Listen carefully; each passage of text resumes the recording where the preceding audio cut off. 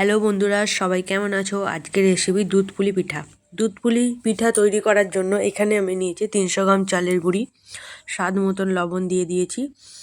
লবণটা ভালো করে মাখিয়ে নেওয়ার পর উষ্ণ গরম জল একটু একটু করে দিয়ে একটি ডো তৈরি করে নেব।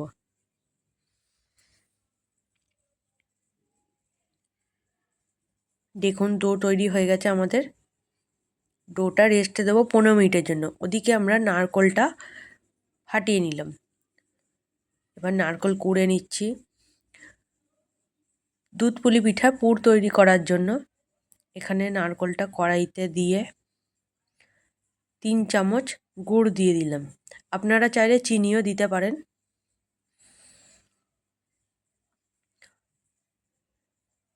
তিনটে এলাচ ভালো করে মাখিয়ে নিচ্ছি। দেখুন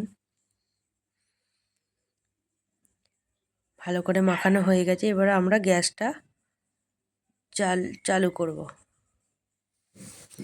দেখুন প্রথমে গ্যাসটা হাই ফ্লেমে রেখে নাড়াচাড়া করে গ্যাসটা লো ফ্লেমে রেখে পুরটা তৈরি করতে হবে। দেখুন লালচে হয়ে গেছে, আমাদের পুরটা রেডি হয়ে গেছে। পুরটা তুলে নিয়েছি।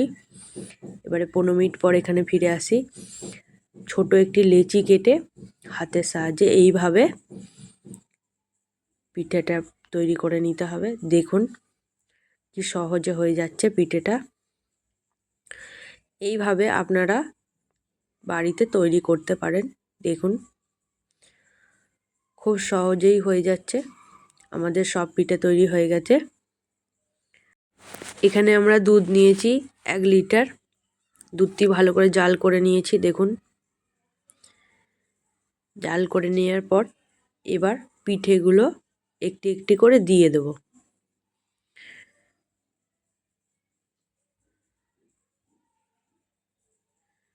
দেখুন সব পিঠেগুলো দিয়ে দিয়েছি। দেখুন পিঠেগুলো সিদ্ধ হয়ে এসেছে, ওপর দিকে ভেসে উঠেছে।